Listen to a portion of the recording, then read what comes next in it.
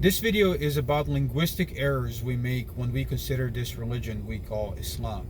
Most of us who call themselves Muslims, we see ourselves as Muslims because we see ourselves as belonging to a religion because we declared our belonging to this religion.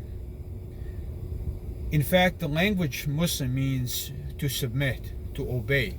So linguistically speaking, there can be no such thing as a non-practicing Muslim. There can be no Muslim that is defiantly disobedient, one that knows the laws of God but continues to break them without any remorse or even trying to change their ways. Once we accept that any person that calls themselves a Muslim is a Muslim, the book immediately becomes worthless.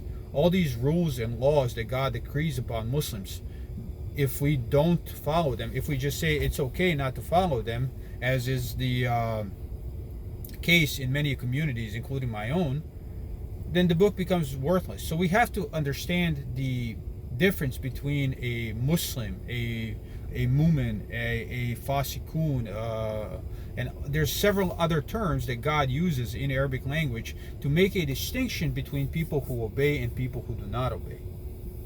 So these terms are the Muminin. These are the believers. These people are certain of the hereafter. They strive with their lives and their money in the way of God, and they are ready to die. This is the ultimate thing to be. To achieve this, one has to be a Muslim first, which is the next level down. Muslim means to submit, to obey. So people who are Muslims, they are obedient. They simply say, we know the law and we obey it. They try.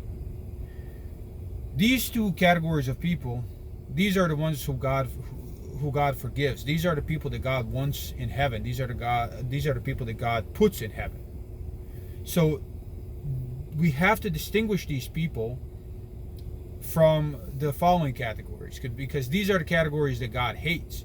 And some of these people are called by certain names to distinguish them from Muslims, right? The Fasiqun. The word fasiq essentially translates to defiantly disobedient. The word mufsidin translates to evildoers, people who do evil. The Mujrimin are the guilty, the criminals. The munafiqeen are the hypocrites, the munafiqs. And then kuffar are the disbelievers. So we have to try to understand what makes a person a fasiq or a mufsidin or mujrimin or any of those terms, because these terms define certain characteristics. The easiest way to try to understand these terms is let's consider a person that's driving a car, right? So a person who's driving a car, and generally they stay the speed limit. They always make it a point to drive a speed limit. But these people are Muslims. This is what it means. They submit. They see a law, so they submit to it. Now let's see this person who always obeys the law misses a speed signal, right? So they end up speeding. So they're driving now, they're speeding, they're breaking the law. But as soon as they see the next speed limit that's posted, they slow down. They change their behavior. They made a mistake. These people are still Muslims. They just made a mistake. Their intent was not to break the law. They just didn't see the sign. They weren't aware. They made a mistake. Now, let's say a person sees the speed limit sign and they just keep driving. They don't care. They break the law. They don't care. These people are the Mujrimin. They are the Fasiqun. They are the guilty. So like I said, the Fasiqun, and I'm not pronouncing these words right probably because I don't speak Arabic like that. So, but these words are written in the Quran. So Fasiqun is defiantly disobedient. So you are driving, you see the stop sign, or not the stop sign, you see the speed limit, but you don't obey it. You just ignore it. This is what makes you defiantly disobedient. You are no longer submitting. So you don't, linguistically, you don't fit the description of a Muslim. You don't submit. And you're not making a mistake because you're not changing your behavior when you see the law. So this then puts you in the category of Fasiqun, the defiantly disobedient, and the Mujrimin, the criminals, right? This is the difference. You can call yourself whatever you want, but if you do these things, if you approach things this way, God defines these terms and then gives the consequences for each. Now, let's say the person who is always breaking the speed limit, now they go around telling people how they always obey the law. When they see other people get speeding tickets, they're like, oh, these are terrible people, I always obey the law, and so on. God calls these people munafiqs. They're hypocrites. For these is the worst, the lowest place in hell. So not only are they defiantly disobedient, they are fasiqun. Not only are they guilty, they are mujrimin. But they are also munafiqun, or munafiqs, or however you want to say it. They are hypocrites. So they are defiantly disobedient. They are guilty of the sin because they willingly do it. And they are hypocrites because they pretend that they're good, that they don't do it. They pretend to submit, but they, So God gives a promise. So we have to, now that we understand the difference between these terms, we have to understand why this difference even exists. In the context that I'm trying to explain this, within our own communities, we all call ourselves Muslims. The people who obey and people who disobey, they all call themselves Muslims. We have been culturally indoctrinated to view ourselves like this. This is why this video is necessary. This is why I'm making this video. I have been a victim of this. We have been victimized by our own ancestors because they gave us this religion that we supposedly belong to, and they said none of these laws are important. What's important is your cultural manifestations of religion. You go to the mosque, you call yourself with Arabic names, and you're cool. You're fine. And this is an absolute lie. This is why we have this misconception that there are all these Muslims who do evil, who lie, who cheat, who steal, who don't pray, who don't give charity, who are alcoholics and gamblers and drug addicts, and yet they're all Muslims somehow. And they're, whenever they can benefit from this, they claim they're Islam, but they don't obey like they're supposed to obey. And I can't tell people who, I cannot, I'm not God, I can't judge people who is a Muslim who's going to heaven. But I can tell you what you need to do to obey and what the word Muslim means, so you can actually understand that obedience is implied in this name. And if you disobey, God has different names for these people, and different destinies are described in the Quran. So, what is the destiny of the Fasiqun, the Fasiqs, the defiantly disobedient? The people who are driving, they see the speed limit and they just ignore it. These people are not Muslims. These are not law-obeying people who make mistakes. These are the people who ignore the law, the Fasiqun. So God says in chapter 32, verses 18 to 20, is he then who is a believer, Muminin, the highest class of people, like him who is a Fasiq, transgressor, like disobedient? So is he who is a believer like the one who is defiantly disobedient? No, they are not equal. And they're not equal. As for those who believe and do good, the gardens are their living place. An entertainment for what they did, right? For what they did, they obey. Not for what they believed, not for what they claimed to be, not for the label they ascribed for themselves, but for what they did. And as for those who disobey, their home is the fire. So as for those who are fasaqu, fasiqun, as for those who are defiantly disobedient, their home is the fire. Whenever they desire to go away from it, they will be brought back into it. And it will be said to them, taste the punishment of the fire which you called a lie. So you can see, God clearly makes a distinction between two categories of people: those who believe and those who are defiantly disobedient. One group goes to heaven, one group goes to hell. They're not, the only difference between them is what they chose to do in relation to their relationship with God, and if they chose to obey or not. So you have to understand which category you fall under. So the next category is the mufsidin. These are the evildoers. These people are evildoers.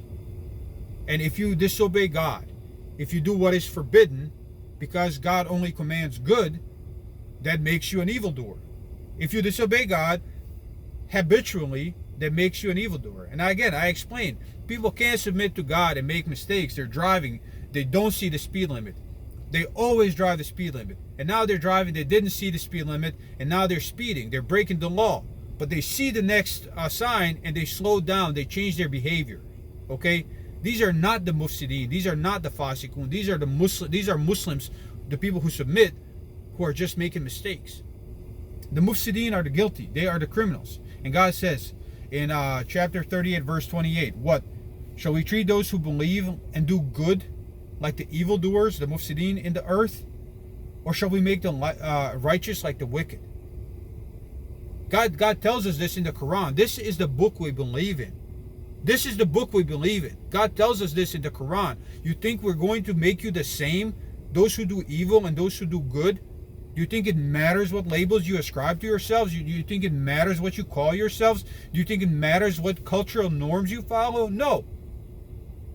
If you obey God, you are a Muslim or a believer. You are either the person that obeys God or the one that even attained an even higher stand with God.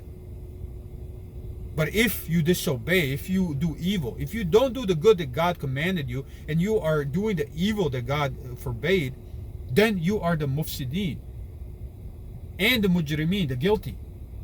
So you are an evildoer and you're guilty. This is the reality of my community. This is the reality that I lived, and I still live, and I still see people live. Tens of thousands of so-called Muslims who do everything that God has forbade, who fornicate, who drink, who abuse their parents, who lie, who cheat, who steal, who defraud each other in business and other people, who are arrogant, who are not humble. Mosques for every Eid in my city are filled with people like this. I was a person like this. And I hope I'm not anymore. I know I can't evaluate myself genuinely, so I hope my friends will tell me if I'm not. I don't feel that I am. But this is the reality we live in. This is the people that we compare ourselves to. This is why none of us feel like we're doing all that terrible, because we see all this terrible stuff around us done by other so-called Muslims. But they are not Muslims. And I'm not making a judgment. I'm just saying linguistically what it means. I am showing what is in the Quran. I'm not telling you what you are. I am telling you what the book says. Because I actually care about all this. I care about people. I don't want to see anybody burning in hell. I don't want to see anybody destroying their life, the lives of their families. Plus, I want to see everybody do good to each other. God says to treat your own parents well. To give charity to people, to take care of your own families. All these are good things, and if you don't do them, you're evil. So God says what the mufsidin get, the evildoers. And God also says what the mujrimin get, the guilty. In chapter 68, verse 35, God says what? Shall we then treat those who submit like the guilty? And the words here are Muslim and the mujrimin. So God says what? Shall we treat those who submit, who are Muslims, like the mujrimin, like the guilty? What is the matter with you? How do you judge? What would be the point of any of it if these people were the same? What would be the point of any of this? It is very important to understand these distinctions. And of course, the hypocrites. God says in the Quran, the hypocrites are in the lowest stages in the fire, and you will not find anyone to help them.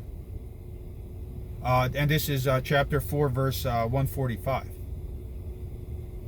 And the hypocritical men and the hypocritical women are all alike. They command evil and forbid good, and they do not give charity. They have forsaken God, and God has forsaken them. Surely the hypocrites are defiantly disobedient. So that's the point I'm trying to get to. God has promised the hypocritical men and the hypocritical women and the unbelievers the fire of hell to stay there in. It is enough for them, and God has cursed them, and they shall have a lasting punishment. This is in the Quran, verses 967 to 68. The Fasiqun, the defiantly disobedient, the people who know the law, who see the speed limit and yet keep driving as if they don't see it. These people, if they call themselves Muslims, they are classified as hypocrites. God says, surely the hypocrites are defiantly disobedient. Now, the word hypocrite only really applies to those who call themselves Muslims. Because those who disbelieve, they're either kuffar or fasiqun. They either are defiantly disobedient or they just disbelieve. So you have to understand this. And hypocritical men and women are all alike. They forbid evil. They forbid good and they do evil. They don't give charity. They have forsaken God. When you say they have forsaken God, all that means is they disobey. They think that God's laws are unimportant. They think that they know better. Their lusts are more important than obeying God. So you have to understand these concepts. You can't be these people, otherwise you are going to hell, where all you have to do is beautiful things to go to a beautiful place. That's the whole point. These things are beautiful. What God is commanding you to do is beautiful. It will benefit you, your family, your society, your community, the world. Just by you choosing to obey God, to be a Muslim. That's what it means. The word Muslim means to obey God. The whole world changes for the better if one person chooses to do this. Now imagine thousands upon thousands of people. All the people who call themselves Muslims, if they understood this and they actually changed their behavior to accommodate this, to actually fit the correct criteria, to fit the correct descriptors. Again, you may ascribe yourself the label Muslim to yourself, but God ascribes you as either a Munafiq, or God describes you as either a Munafiq or Fasiqun or whatever other labels I've described here. And it's all about what you choose to do. I made this video for those Muslims, those people who call themselves Muslims, who I know are not even trying. If you are trying, then this video is not for you. Occasional mistakes happen. We all make them. Just keep trying. This is very, very important.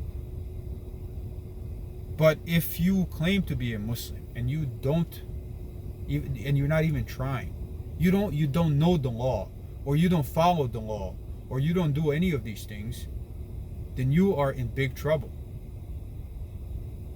You can die any day, and you can literally go to hell.